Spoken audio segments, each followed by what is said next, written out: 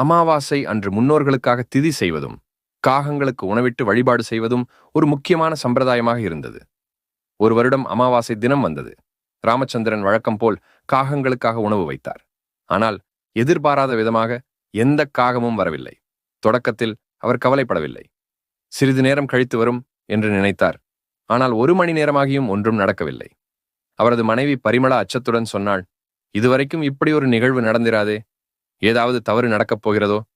ராமச்சந்திரனின் வயதான தாயார் அதை கவனித்து பார்த்து, காகம் முன்னோர்களின் தூதுவராக இருக்கிறது, இது ஒரு மோசமான அறிகுறியாக இருக்கலாம் என்று சொல்ல அனைவரும் பதற்றமடைந்தனர்.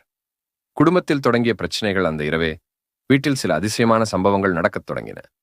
வீட்டின் பின்புறம் திடீரென்று மரம் விழுந்தது. அகழியிலிருந்து தண்ணீர் வற்றத் தொடங்கியது.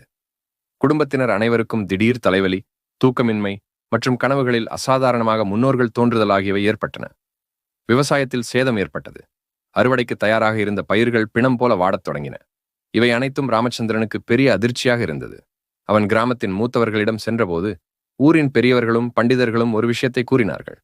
உங்கள் முன்னோர்கள் திருப்தியாக இல்லை. அவர்களுக்காக நீங்கள் ஏதாவது வழிபாடு செய்ய தவறிவிட்டீர்கள்.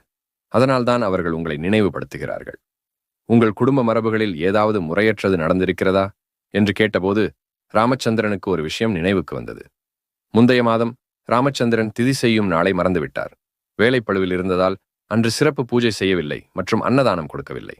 அந்த செய்தி அவருக்கு பக்குவமாக விளங்கியது. அதனால்தான் இந்த சின்ன சின்ன தடங்கல்கள் உருவாகின்றன என்று புரிந்து கொண்டார். மறுநாள் பெரிய பண்டிதரை அழைத்து வீட்டில் சிறப்பு பூஜை நடத்தினார். முன்னோர்களுக்காக பெரிய திருப்தி தரும் திதி செய்யப்பட்டது. கிராமத்தில் உள்ள ஏழை மக்களுக்கு உணவு வழங்கினர். காகங்களுக்கு சிறப்பு உணவு தயாரித்து வழிபாட்டுடன் வைக்கப்பட்டது. அர்ப்பணமாக அந்த வழிபாடுகளை செய்தபின் அதிசயமாக பெரிய ஒரு கருப்பு காகம் வந்து உணவை உண்கின்றது. அந்த காட்சியை பார்த்த அனைவரும் மகிழ்ச்சியடைந்தனர். அதன் பிறகு வீட்டில் அமைதி ஏற்பட்டது. வீட்டில் இருந்த தலைவலி, தூக்கமின்மை, கனவுகளில் வந்த முன்னோர்கள் இவை அனைத்தும் மறைந்தன. அகழியில் மீண்டும் தண்ணீர் தேங்கியது. விவசாய நிலம் மீண்டும் வளமாகியது. குடும்பத்தில் மகிழ்ச்சி மீண்டும் நிலவியது. முன்னோர்களை நினைத்து செய்வது ஒரு கடமை. அவர்கள் மறந்து போனாலும் அவர்கள் ஆசீர்வாதம் பெற வேண்டும். வழிபாட்டை புறக்கணிக்கக்கூடாது. மரபுகளை நினைவில் கொள்ள வேண்டும். நல்ல செயல்களை தவறாமல் செய்ய வேண்டும். அன்னதானம், தர்மம், வழிபாடு என தொடர்ந்து செய்ய வேண்டும்.